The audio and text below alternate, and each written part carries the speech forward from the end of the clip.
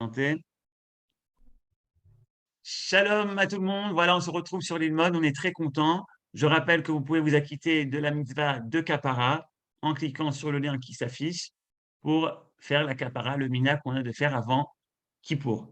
Et on est avec le Rav Toubiano qui va nous parler du vrai défi, le véritable défi selon le Rav Toubiano. C'est pas uniquement Kippour, mais c'est également après Kippour. Bechavod Arav, votre micro est ouvert. C'est à vous la parole. Et Toda Rabba Rabba d'avoir accepté de parler.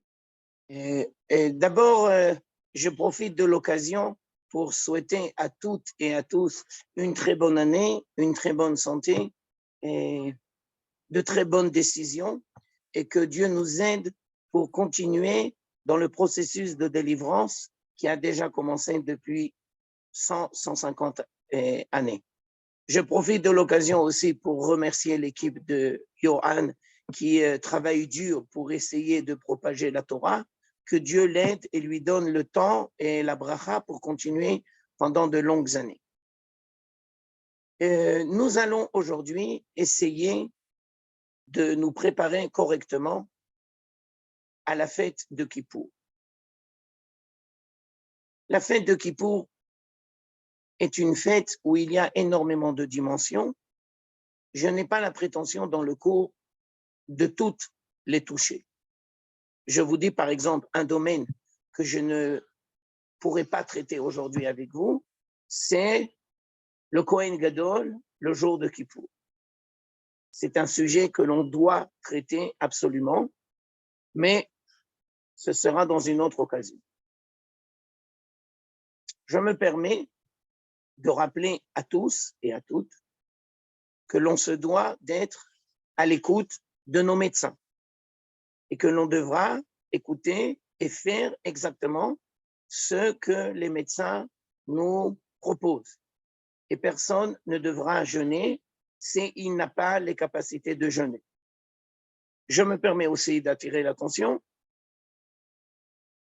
qu'à choisir entre la prière et le jeûne, d'abord le jeûne et après la prière. Ça veut dire que si, par exemple, il fait très très chaud, aujourd'hui il fait très chaud à Jérusalem, il semblerait que peut-être le jour de Kippour aussi, alors on doit apprendre à gérer correctement d'abord le jeûne et après la prière. Maintenant, avec votre permission, je rentre dans le sujet. On peut dire que le judaïsme, la Torah, est basé sur deux principes qui devront toujours aller ensemble. Et on devra essayer de trouver l'équilibre entre ces deux dimensions. J'ai envie de dire, c'est peut-être pour ça qu'on a deux pieds. Les relations avec Dieu et les relations avec les hommes. Malheureusement, trop souvent, on donne une place prépondérante dans la relation avec Dieu et on ne prend pas le temps de réfléchir pour créer correctement des relations avec notre entourage. Les anges, ce que nous allons mentionner dans la Gdusha de Shacharit le jour de Kippour, eux sont occupés essentiellement de leur relation avec Dieu, mais pas la relation avec les hommes. La grandeur de l'homme, mais ce qui fait aussi sa complexité et le grand défi, c'est comment gérer correctement les deux domaines. Et des fois, il risque d'avoir des contradictions et on devra savoir donner priorité. Des fois, on devra donner priorité à Dieu. Des fois, on devra donner priorité à l'homme. Alors, je vous donne un exemple de priorité à Dieu. Et dans le cours, on va parler surtout des relations avec les hommes. Si, par exemple, ce qui arrive très souvent dans les temps messianiques, les enfants vont faire tchouva. Et les parents ne sont pas, ou ils n'ont pas envie, ou même des fois ils peuvent être révoltés. Maintenant, les enfants risquent d'être confrontés à un très grand problème.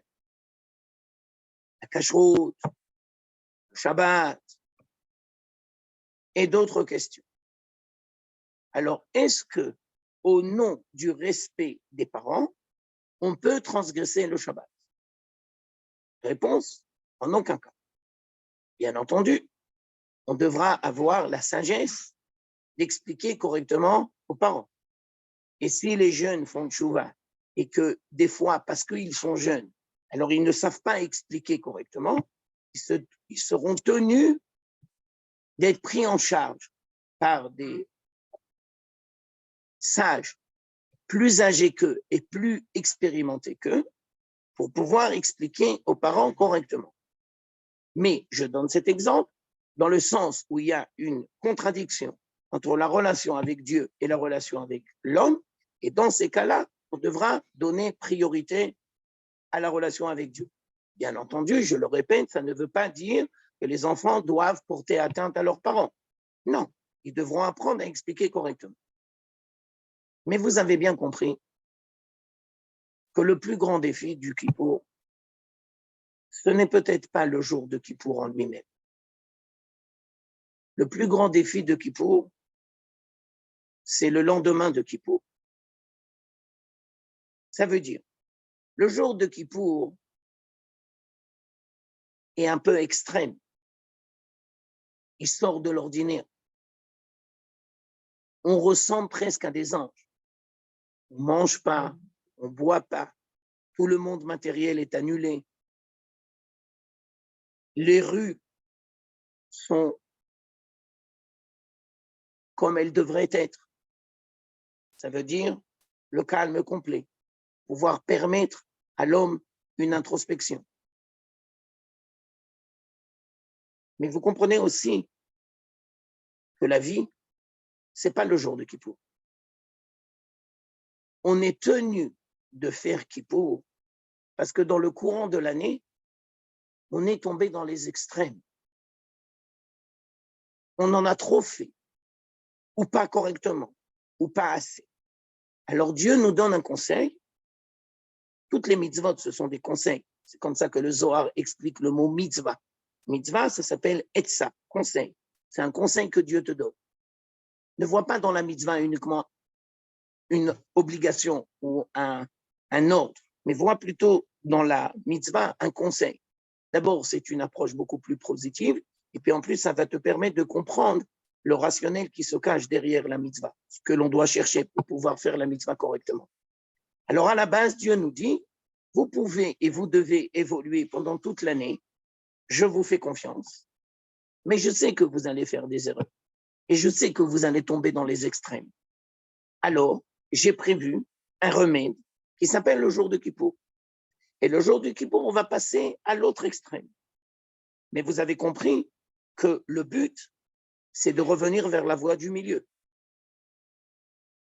Selon le principe que Maïmonide nous a expliqué dans ses différents ouvrages, que des fois, pour pouvoir corriger, on se doit de passer temporairement dans les extrêmes pour revenir vers la voie du milieu.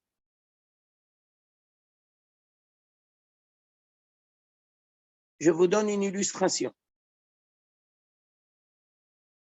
Imaginez quelqu'un qui étudie à la yeshiva, jour et nuit. Il n'est pas marié, il n'a pas encore fondé de famille, et il n'est pas encore appelé à se confronter avec la réalité de la vie. Alors, quel est le danger de ce bachou? Puisqu'il est dans le monde spirituel, on va dire presque essentiellement et uniquement, le danger, c'est qu'il risque de croire qu'on n'a pas besoin du monde matériel. Et donc, c'est pour ça que la Torah va lui dire, n'oublie pas, tu dois te marier. Et le soir du mariage, les chachamim vont lui dire, n'oublie pas, c'est toi qui dois t'engager à faire la parnassa. Et donc, il devra trouver l'équilibre entre le monde spirituel et le monde matériel. Ça ne veut pas dire qu'il va quitter entièrement la yeshiva, mais ça veut dire qu'il devra s'adapter, parce que la volonté de Dieu comprend et le monde matériel et le monde spirituel. Je vous donne encore une autre image. Le jour de Kippour est appelé le Shabbat. Shabbat, Shabbaton, c'est le plus grand Shabbat. Alors d'abord, première explication, parce que faire Kippour, c'est comme faire Shabbat. On prie pour que les rues de Jérusalem et de tout Israël soient le Shabbat, comme elles sont à Yom Kippour. Mais maintenant, je vous donne une autre explication. Le Shabbat n'a de raison d'être que si, à côté de lui, il y a 6 jours de semaine.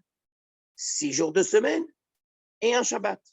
Eh bien, dans le projet divin, c'est exactement la même chose. Nous avons toute l'année et nous avons le jour de Kippour. Je vous rappelle, parce que peut-être que je n'ai pas expliqué correctement, qu'à la base, selon le projet divin originel, il n'y a que le jour de Kippour. Tous les autres jeûnes, ils ont été codifiés par les Chachamim à cause de nos erreurs que nous avons faites dans l'histoire. Purim, le Tzom de Gedalia, Asara B'Tevet, le jour de Tisha B'Av. Mais à la base, il n'y a que le jour de Kippour. Donc, ce que fait le Shabbat pour la semaine, fait la même chose le jour de Kippour pour toute l'année. C'est exactement le même rapport. En sachant pertinemment que le Shabbat doit pouvoir éclairer, enrichir toute la semaine suivante. Et le jour de Kippour, la même chose. Je vous donne encore une autre image pour que vous compreniez. Le Rav Kook, dans son commentaire sur la Akedat Yitzhak, va poser une question. Il va se dire, je ne comprends pas. Je ne comprends pas pourquoi, après l'épreuve, la 10e épreuve, l'ultime épreuve de Abraham et de Yitzhak, quand ils étaient sur le mont Moria, le texte a besoin de nous dire qu'Abraham va revenir chez ses 2 serviteurs et qu'il va revenir vers la ville de Beersheba. Apparemment, le vrai défi, c'était sur le mont Moria. Donc, la 10e épreuve, apparemment, elle s'achève sur le mont Moria. Nous explique le Rav Kook, non. Dans l'épreuve, il y a 2 dimensions. Aller au mont Moria, faire ce que Dieu demande à Abraham et Yitzhak au mont Moria, mais après, ils doivent apprendre à redescendre. Et ils doivent revenir à Beersheba. Et ils doivent éclairer leur vie à Beersheba à la lumière de ce qui s'est passé sur le mont Moria. Je vous donne encore une autre image pour expliquer cette idée-là. Les fêtes de pèlerinage, c'est exactement la même chose. 3 fois par an, on est appelé à se couper de notre environnement quotidien, de notre vie de tous les jours. Et on est appelé à monter à Jérusalem. Et on est appelé à s'imprégner de la présence divine. Mais le but, ce n'est pas de rester sur la montagne de Moria. Pas du tout. Le but, c'est après de redescendre. Et chacun revient à ses occupations quotidiennes. Mais il n'oublie pas ce qui s'est passé sur la montagne de Moria et il éclaire sa vie quotidienne à la lumière de ce qui s'est passé. Alors on peut dire que le jour de Kippour, c'est exactement la même chose. Ça veut dire que l'on devra se préoccuper comment gérer correctement le quotidien en sachant pertinemment que comme nous avons tombé dans les extrêmes, alors on se doit temporairement d'aller dans les extrêmes. Mais ce n'est pas le but final. Alors quand on comprend ça, on va pouvoir comprendre une nouvelle halakha. Je pose une question et j'y réponds tout de suite. Baruch atah Adonai, Eloheinu melech haolam she'akol nהיה לדברו. Quelle est la première loi mentionnée dans le Shulchan Aruch en ce qui concerne Yom Kippour? Réponse. La première loi, c'est que l'on devra manger la veille de Kippour. Et pas simplement manger, mais on devra manger plus que d'habitude. Alors on pose la question, à quoi ça sert? Je vous le dis en hébreu, selon le langage du Shulchan Aruch, mitzvah le'echol be'erev yom kippourim. Nous avons la mitzvah, nous sommes tenus de manger la veille de Kippour, ou les arbot peseuda. Et on devra manger plus que d'habitude. Première explication, celle du Chafetz Chaim dans le Mishnah Brura. Il va nous dire, le jour de Kippour, nous avons une prescription très particulière, on devra sentir une certaine souffrance, une certaine difficulté. Le jeûne de Kippour est particulier dans le sens où nous avons des prescriptions qui n'existent pas dans les autres jeûnes. Par exemple, on ne peut pas se laver. À part le fait qu'on ne mange pas et qu'on ne boit pas, on ne peut pas se laver. Même si on transpire. Non, on ne se lave pas. Ou bien, par exemple, on devra mettre des chaussures qui ne sont pas en cuir.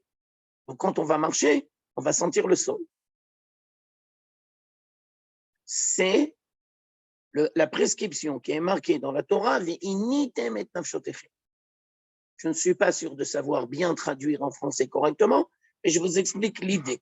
On se devra d'avoir une certaine souffrance. Alors, nous, on pose la question, première question, pourquoi il faut manger? Pourquoi il faut plus manger? Et deuxième question, c'est quoi cette dimension de souffrance? À quoi ça sert cette dimension de souffrance? Alors, le Mishnah Brura va expliquer, tu vas manger la veille de Kippour, parce que comme ça, le jeûne du 10 sera plus difficile. Et comme dans la Torah, il y a marqué qu'il y a une certaine dimension de souffrance avec le jour de Kippour, alors quand tu vas manger, tu vas engendrer que le jeûne soit plus difficile. Ok, d'accord. Mais le Rav Kook va nous proposer une autre lecture. Ça ne veut pas dire que l'explication du Mishnah Brura est fausse. Non, pas du tout. Elle est juste, elle est vraie. Mais on peut éclairer d'une autre manière.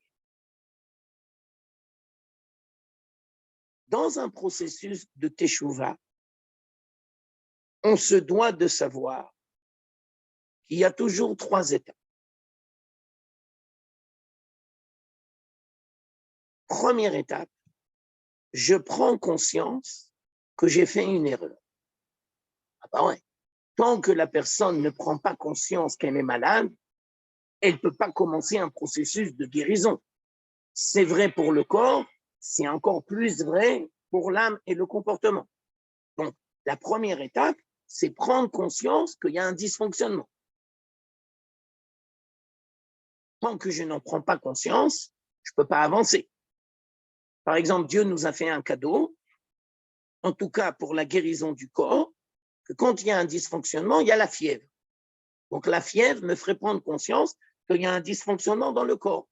Et donc je suis appelé à intervenir.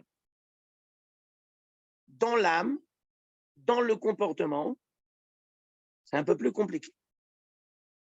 Beaucoup de gens vivent des dysfonctionnements dans leurs relations humaines et ils n'en ont même pas conscience. Première étape, je dois prendre conscience. Deuxième étape, comme je vous l'ai dit il y a quelques minutes, on se devra de passer à l'extrême.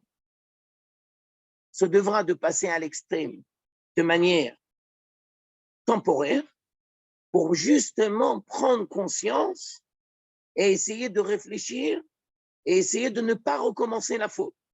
Donc, je vais dans l'extrême. Je vous donne tout de suite une image. Si pendant toute l'année, je me suis oublié et j'ai fait des erreurs, alors je prends conscience et Dieu nous dit, comme modèle de guérison, je vous appelle à jeûner le jour de Kippour. Et je vous appelle à avoir une certaine dimension de souffrance qui va vous faire prendre conscience de tout ce que vous avez perdu. Mais vous avez compris qu'après, ça ne suffit pas. Après, il faut revenir vers la voie du milieu. Et donc, quand les sages ont institué que nous allons manger la veille de Kippour, qu'est-ce qu'ils voulaient dire? Ils voulaient nous faire prendre conscience que la veille de Kippour, c'est comme le lendemain de Kippour. C'est un cercle. Et donc, ils voulaient nous faire prendre conscience que c'est vrai que la veille de Kippour, c'est pour se préparer à Kippour. Mais on n'est pas censé rester toute notre vie dans le jour de Kippour. On est censé revenir au point de départ. Alors maintenant, ça, c'est le grand défi. Est-ce que l'on va revenir au point de départ comme on était au départ, ou bien il y a quelque chose qui va changer? Il y a une prise de conscience qui va faire que on va retourner dans le même cadre, mais on va se comporter d'une manière différente. Je vous donne une image, et c'est une image très précise. Ce que je suis en train d'essayer de vous expliquer, c'est en fin de compte les voies du chauffard. Pourquoi? Parce qu'il y a le point de départ. C'est positif. Mais après, on va faire des erreurs. On fait des erreurs. Mais après, on est censé revenir au point de départ. Oui, mais quand tu reviens au point de départ, est-ce que tu tires les leçons de ton erreur? Ça veut dire que le dernier son, c'est pas comme le premier. Ça ressemble, mais normalement, ça ne doit pas être pareil, parce qu'il doit avoir une prise de conscience. Donc, ce processus que nous vivons à travers les voies du chauffard, c'est exactement le même processus de la teshuva. Et donc, la veille de Kippour, nous allons manger parce que les Chachamim nous disent que le 11 du mois de Tishri, on va revenir à la case de départ. Et si Kippour a été riche en enseignements pour nous, on est censé revenir à la case de départ, mais d'une manière différente. Je m'arrête là. Je vous pose la question, est-ce que vous avez des questions ou pas?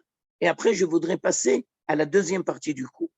Alors, Monsieur Johan, je ne sais pas si vous m'entendez ou si vous êtes là, je suis à votre disposition. Il y a des questions? Allez-y. S'il y a des questions, ouvrez les micros, vous pouvez ouvrir les micros et réagir. Ou des interventions?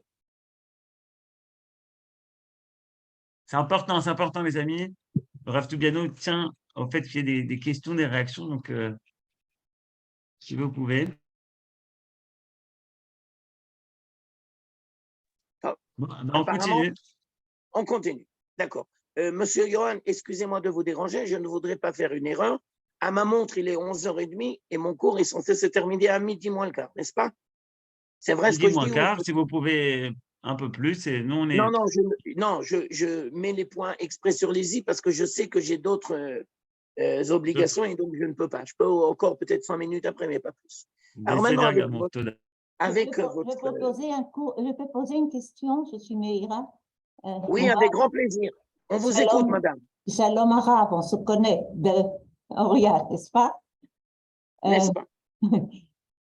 Je vois que chaque année à Yom Kippour, dès qu'on a fini de faire tous les repentances et tous les Avodat Hamikdash, Avodat Kohen et tout ça, tout est bien, on est blanchi comme neige, et alors on commence V'Oracho Michaper Avon. Donc on a de nouveau des avonotes. C'est un cercle vicieux, on ne va jamais s'en sortir comme ça. Alors c'est pour ça que j'ai essayé de vous expliquer. Je vais vous le dire d'une autre manière. Le Kohen Gadol, le jour de Kippour, il a des habits en or. Quand il doit rentrer dans le Kodesh HaKodashim, il va mettre des habits blancs. Ok, très bien, on peut comprendre. Ça veut dire un processus de purification. Mais maintenant, la question, c'est quand il va sortir du Kodesh HaKodashim, il est censé rester avec ses habits blancs ou il remet les habits en or? Qu'est-ce que vous dites, madame? Je crois qu'il remet les habits en or. Eh bien voilà, c'est ça que j'ai essayé de vous expliquer.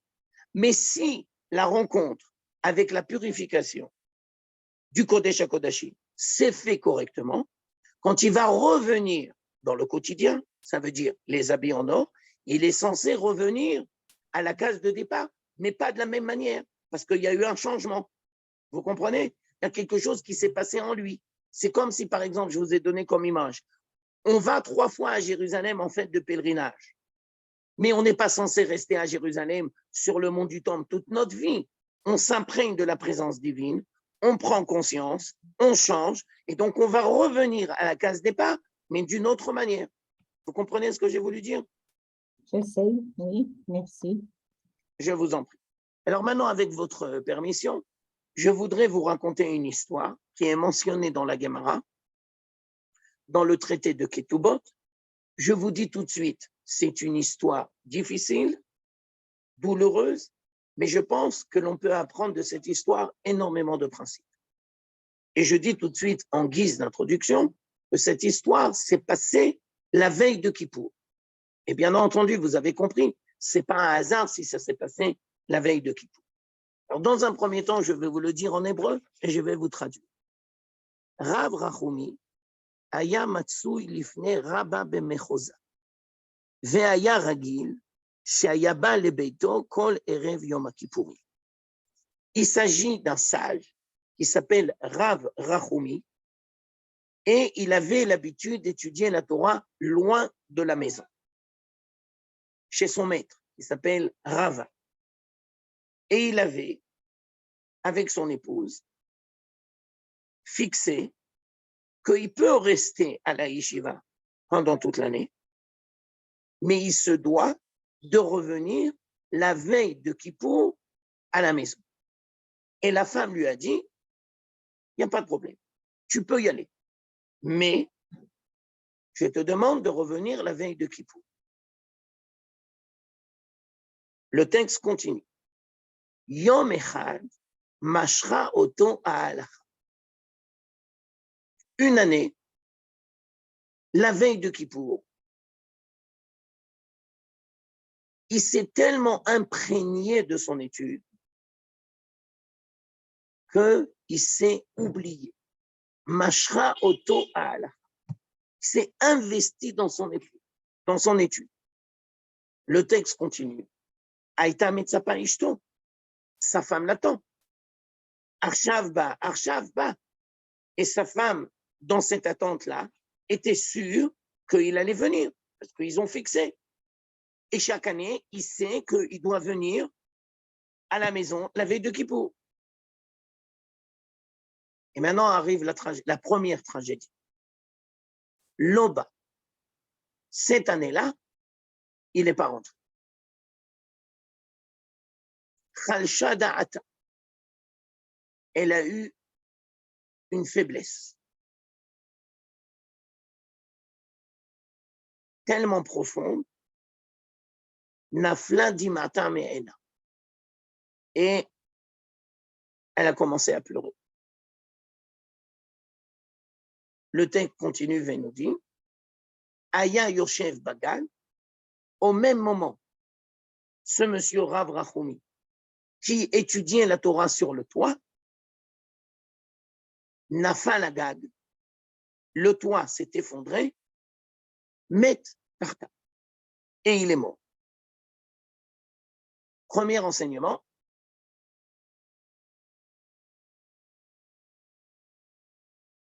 il a fait de la peine. Il a oublié son épouse.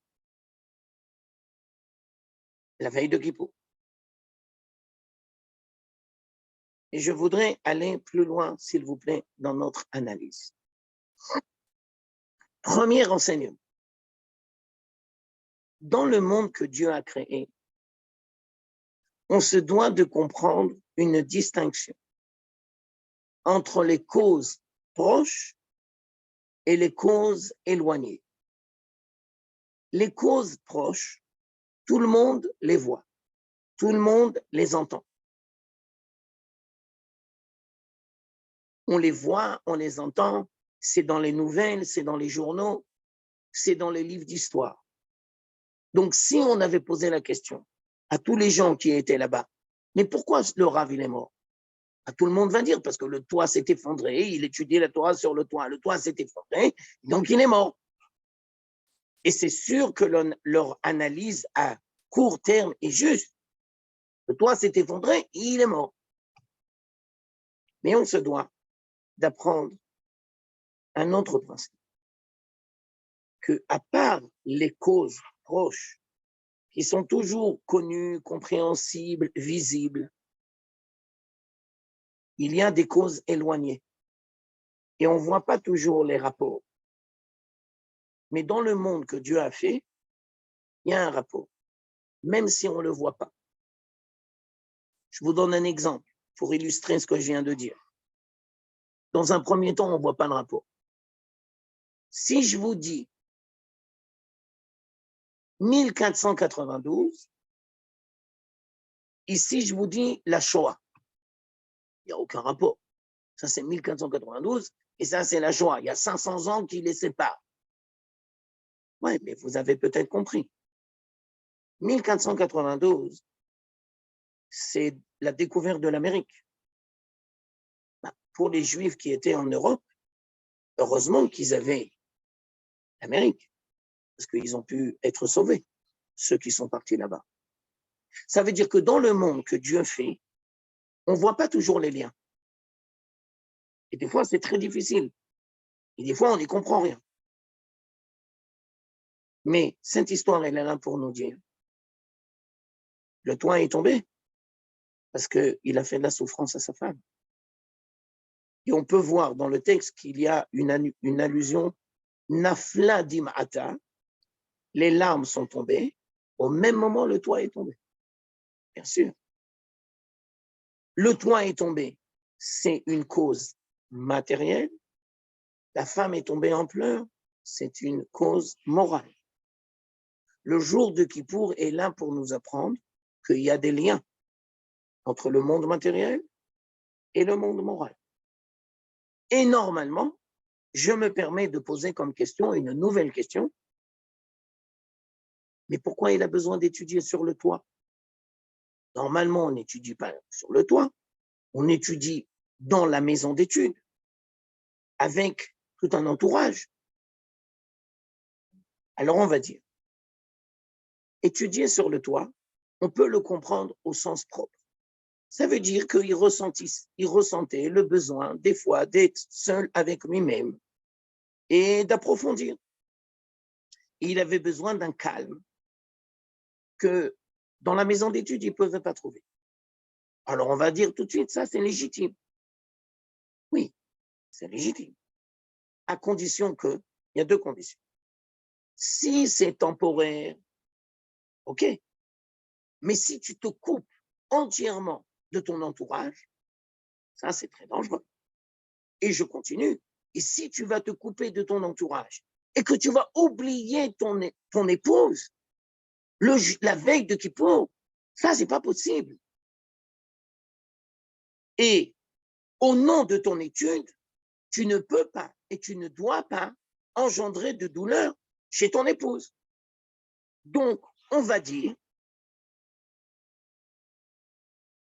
que le toit, si vous voulez, c'est une image. C'est le jour de Kippour. Tu aspires à un monde spirituel. Tu as des aspirations spirituelles. C'est tout à fait légitime. Mais si au nom de ces aspirations spirituelles, tu vas te couper de ton entourage, du monde matériel, de tes gens proches, mais ça, c'est pas possible. Et donc, on se doit de comprendre, premier enseignement, que le toit, il faut le comprendre au sens propre, mais aussi au sens figuré. Mon cher Rabbeinu, qui est monté sur la montagne de Sinaï, mais le but, c'est pas de monter, le but, c'est de redescendre et de nous amener la Torah. Et on n'est pas appelé à vivre la Torah sur la montagne de Sinaï. On est appelé à vivre la Torah dans la vie de tous les jours. Et donc, ce monsieur, il s'est oublié. Et donc, ce monsieur, en fin de compte, il n'a pas compris le vrai sens de Kippour. Parce que le vrai défi de Kippour, c'est le lendemain de Kippour. Donc, normalement, il n'aurait pas dû oublier son époux. Mais maintenant, je voudrais continuer. Et je vais toucher avec précaution une dimension très difficile. Et d'ailleurs, cette histoire nous est relatée dans le traité de Ketubot. Et là-bas, on va nous donner l'exemple contraire de Rav Rachoumi. Vous avez peut-être compris par vous-même que le contraire de Rav Rachoumi, c'est Rabbi Akiva. Et pourquoi? Parce que lui aussi, il s'est beaucoup absenté. Oui, mais lui, il n'a jamais oublié. C'est ça la différence. Ça veut dire que quand il est revenu, après 24 ans qu'il n'était pas chez lui, et que sa femme, Rachel, est venue le recevoir. Et bien entendu, elle était en haillons parce qu'ils étaient très pauvres. Et que les élèves, les fameux élèves, qui n'ont rien compris, qui n'ont vu que le superficiel, qui n'étaient que des élèves. Alors qu'est-ce qu'ils ont fait? Quand ils ont vu une femme en haillons, ils l'ont renvoyée. Ils ont dit, mais non, on ne fait pas des choses comme ça. Et la grandeur de Rabbi Akiva, qui n'a jamais oublié son épouse, et je me permets de rajouter, et qui ne s'est jamais oublié à travers son étude, a eu la présence d'esprit tout de suite de dire sur le moment, Sheli et Shelachem, Shela, ça veut dire ma récompense et votre récompense, mon ascension spirituelle et la vôtre, vous la devez à elle. Si elle n'était pas là, rien ne se serait fait. Et d'ailleurs, c'est grâce à la femme de Rabbi Akiva qu'il a commencé à étudier, parce que c'est elle qui l'a branché. Donc, une nouvelle fois, le danger de l'étude, c'est qu'on risque de s'oublier. Et je tiens à préciser, on risque de s'oublier soi et on risque d'oublier ses proches. Et donc, le jour de Kippour, où on va se couper du monde matériel, et d'une certaine manière, on va aussi se couper de nos proches, parce que, en tout cas, chez les bonhommes, ils sont toute la journée à la synagogue, et en fin de compte, on se coupe entièrement du monde matériel. Le vrai danger, le vrai défi, c'est que tu risques d'oublier qu'il y a aussi le lendemain de Kippour. Si le jour de Kippour a été important à tes yeux et source de révolution et de changement, alors ça doit forcément s'imprégner dans le quotidien. Ça, c'était l'idée principale du cours. J'espère l'avoir bien expliqué.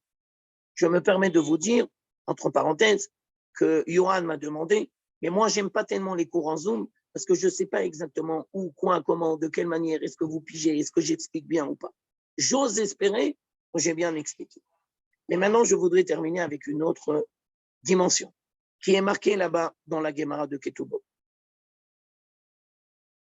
Quand une femme dit oui, tu dois toujours penser dans ta tête que peut-être elle veut dire non, mais elle n'ose pas dire oui. À ça, je reprends. Parce qu'une fois, j'ai enseigné ce cours et une dame m'a posé une très grande question. Et une dame m'a dit, mais alors, Rav Tobiano, je ne comprends pas cette histoire. À part le fait que le mari est mort, mais maintenant, elle va devenir veuve. Ça veut dire que toute sa vie, elle s'est consacrée à l'étude de la Torah et en récompense, elle devient veuve. Possible ça? On ne comprend pas. Expliquez-nous. Alors, sur le moment, je lui dis, madame, vous avez raison, c'est une très bonne question. Je ne sais pas répondre pour l'instant à cette question. Mais comme c'était une très bonne question, alors je me devais de réfléchir. Et ça m'a pris plusieurs années. Alors, je vous propose. C'était le rôle de son épouse de lui dire de n'importe quelle manière qu'il devait rentrer la veille de Kippour. Et elle ne devait pas s'imaginer qu'il allait comprendre par lui-même. Parce que si une femme attend que son mari comprenne par lui-même, il risque de ne pas comprendre. Ça ne veut pas dire qu'il faut le dire n'importe comment. Ça veut dire qu'il faut le dire avec sagesse. Il faut trouver le mot, l'occasion, la manière. Mais elle se devait, elle aussi, de lui faire prendre conscience. La veille de Kippour, tu reviens à la maison. Alors aujourd'hui, dans nos générations, ce n'est pas difficile.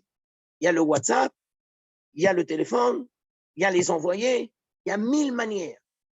Ça veut dire, n'attends pas que l'autre comprenne par lui-même, mais des fois, prends les devants. Alors, je terminerai là-dessus pour dire Excusez-moi. Excusez-moi, madame.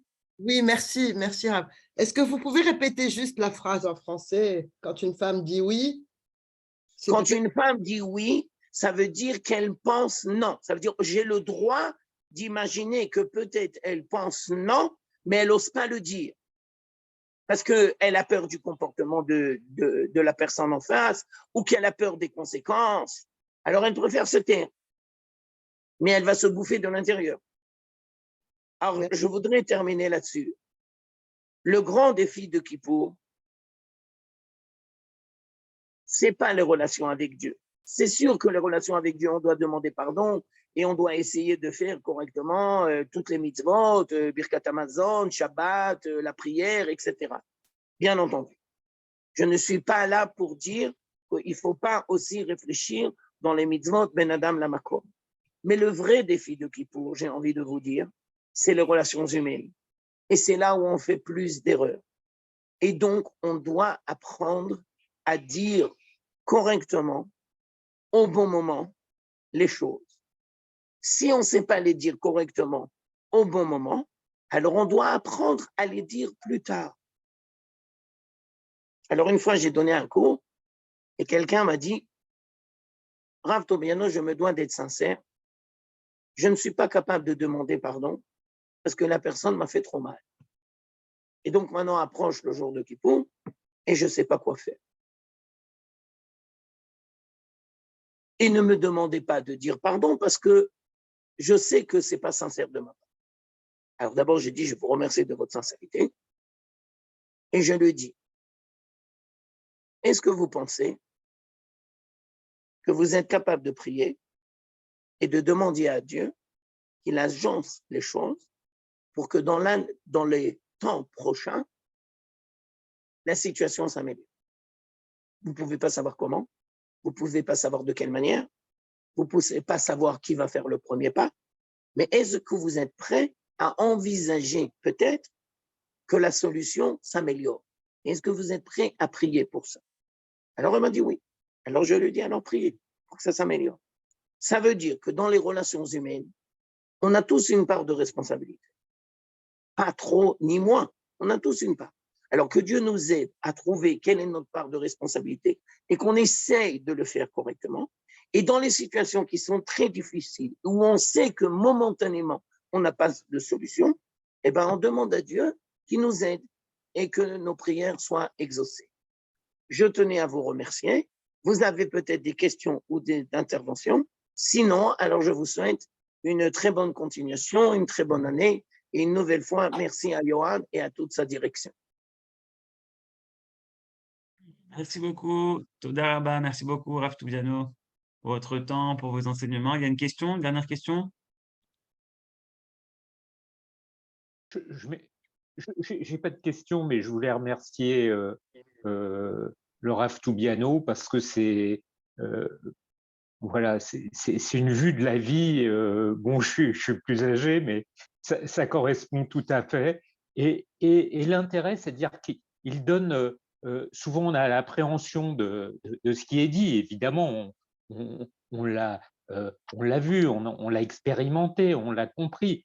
Mais il donne l'explication, il donne le détail, et ça paraît encore plus limpide. Et puis, ce que je voulais dire en dernier lieu, c'est que le Zoom passe très bien. Et grâce au Zoom, ça permet de l'écouter, de le entendre, d'entendre ses explications. En tout cas, je vous remercie, et Yohan, et Lilmod, et le Rav Tobiano. Merci mille fois, vous me changez ma vie, parce que et je pense que c'est la même chose que pour d'autres personnes qui écoutent depuis le temps. Vous êtes formidables. Merci.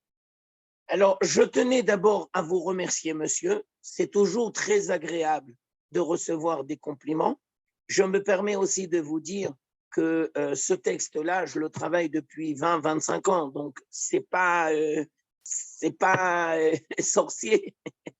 C'est un long travail et c'est toujours très agréable de faire partager. Je vous remercie aussi d'attirer mon attention sur le fait que les cours en Zoom, c'est peut-être bien quand même, mais je ne vous cache pas que dans mon fort intérieur, je suis d'abord enseignant. Et donc, j'ai besoin de cette rencontre, j'ai besoin de cet échange, j'ai besoin qu'on étudie ensemble. Alors, si vous me dites que ça passe à travers le Zoom, tant mieux. J'écoute, je vous remercie. Mais jusqu'à présent, trop souvent, j'ai eu l'impression que je parlais avec moi-même. Et je vous remercie de toutes les façons. Shana Tova à toutes et à tous et merci beaucoup. Ça passe très bien avec le Zoom, mais ce serait plus sympathique, je pense, pour le RAF qu'il voit les gens à qui il s'adresse. Ah ouais, ça je suis d'accord. Il faudra être avec un marchef la prochaine fois, avec un ordinateur. En tous les cas, un grand merci, Rav Avec grand plaisir. Toubiano. Toujours à votre disposition. Toda Rabba. Merci à toutes et à tous d'avoir été présents. Je renvoie ici le lien pour, non, pas pour tout le monde, le lien pour les caparotes. Je remercie ceux qui ont déjà accompli la mitzvah des caparotes en passant par l'Ilmod. Voilà, effectivement, une seconde. Merci à tous. Hop.